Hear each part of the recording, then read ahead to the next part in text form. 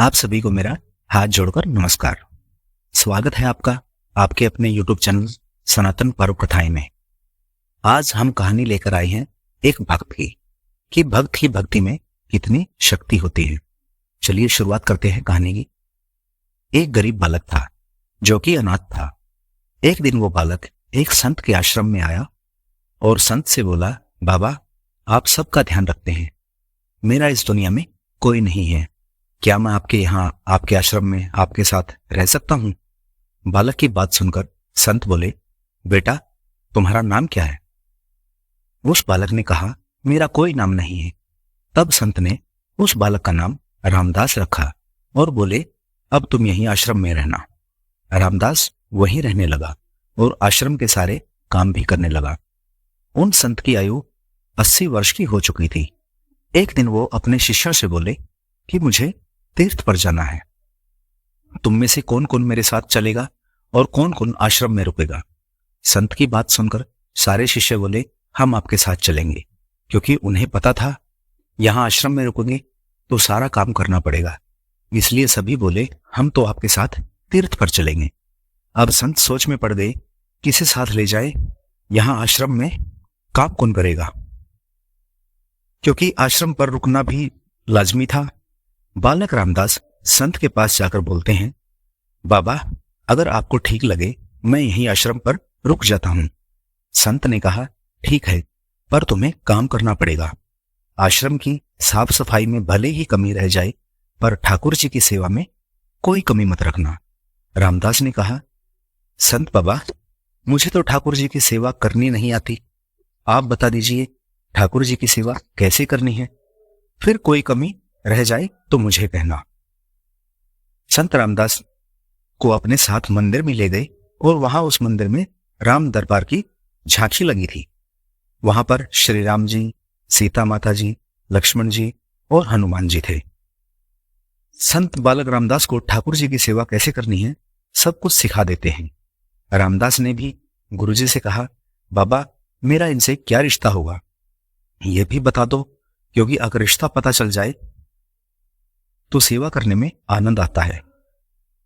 उन संत ने बालक रामदास से कहा कि तू कहता था कि मेरा कोई नहीं है, तो आज से ये राम जी और सीता माता यही तेरे माता पिता हैं। रामदास ने साथ में खड़े लक्ष्मण जी को देखकर कहा, अच्छा बाबा, और ये जो पास में खड़े हैं वो कौन है? तो संत ने कहा, ये तेरे चाचा जी हैं। और हनुमान जी के लिए कहा, ये तेरे बड़े भैया हैं। रामदास सब समझ गए और फिर उनकी सेवा करने लगा। संत शिष्यों के साथ यात्रा पर चले गए। आज सेवा का पहला दिन था। रामदास ने सुबह उठकर स्नान किया, आश्रम की साफ सफाई की और भिक्षा मांगकर लाया और फिर भोजन तैयार किया। फिर भगवान को भोग लगाने के लिए मंदिर आया।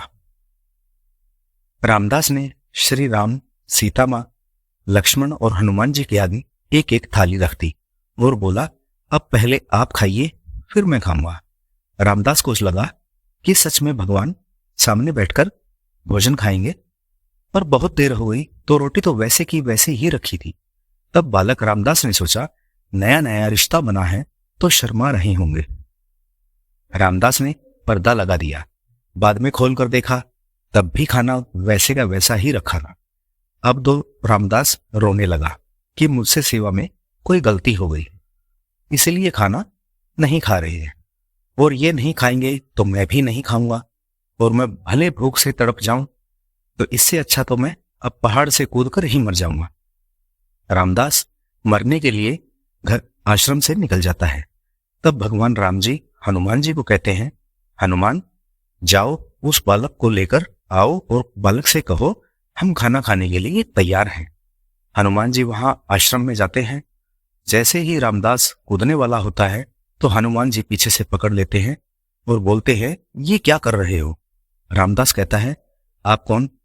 हनुमान जी कहते हैं, मैं तेरा भैया हूं, इतनी जल्दी भूल गए? रामदास कहता है, अब आए हो इतनी देर से? वह बोल ही रहा था कि खाना खा लो, तब आए नहीं, अब क्यों आए हो?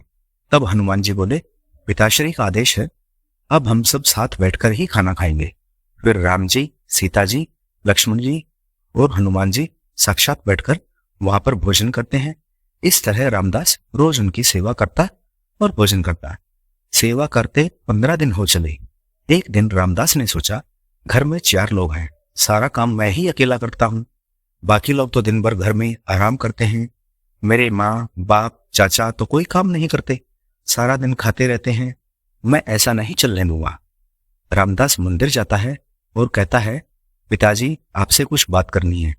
राम जी कहते हैं, बोल बेटा, क्या बात है? तो रामदास कहता है, घर में मैं सबसे छोटा हूं और मैं ही घर के सभी काम करता हूं। अब से मैं अकेले काम नहीं करूंगा, आप सभी को भी मेरे साथ काम करना पड़ेगा। आप तो बस सारा दिन खाते रहते हो और मैं काम करता हूं। अब से ऐसा नहीं होगा। राम जी कहते हैं, तो फिर बताओ बेटा, हमें क्या करना है? तब रामदास ने कहा, माता जी, रसोई में आप मेरा हाथ बंटवाएंगे।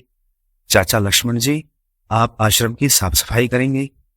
भैया जी शरीर से मजबूत हैं, वो जंगल से जाकर लकड़ियां काट कर लाएंगे। पिताजी, आप बाजार से राशन लाएंगे और घर पर बैठकर पत्तल बनाएंगे। सबने कहा, ठीक है, मैंने बहुत दिन अकेले सब काम किया, अब मैं आराम करूंगा। आप सभी साथ मिलकर काम करते हुए एक परिवार की तरह सब साथ रहेंगे। सभी ने वैसा ही किया। एक दिन वो संत तीर्थ यात्रा से वापस लौटे तो देखा उन्होंने आश्रम तो शीशे जैसा चमकदार, बहुत सुंदर और बढ़िया बन चुका था। वो बहुत प्रसन्न हुए। मंदिर में गए और देखा कि मंदिर की सारी प्रतिमाएं गायब हैं।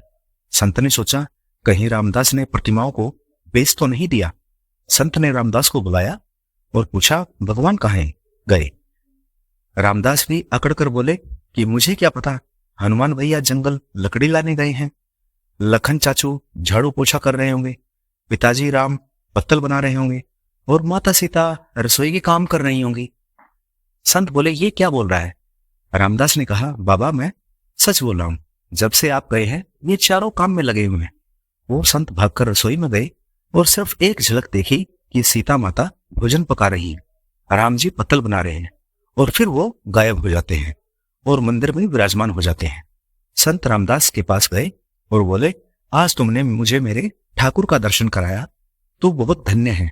और संत ने रो रो कर रामदास के पांव पकड़ लिए। रामदास जैसे भोले निश्चल भक्त की भक्ति से विवश होकर भगवान को भी साधारण मनुष्य की तरह कभी कभार जीवन व्यतीत करना पड़ जाता है। साथियों, आपको ये कहानी कैसी लगी? अगर अच्छी लगी हो तो हमारे वीडियो को लाइक जरूर करें, और अभी तक अगर आपने हमारे चैनल को सब्सक्राइब नहीं किया तो कृपया चैनल को सब्सक्राइब जरूर करें। जय श्री राम, जय माता सीता।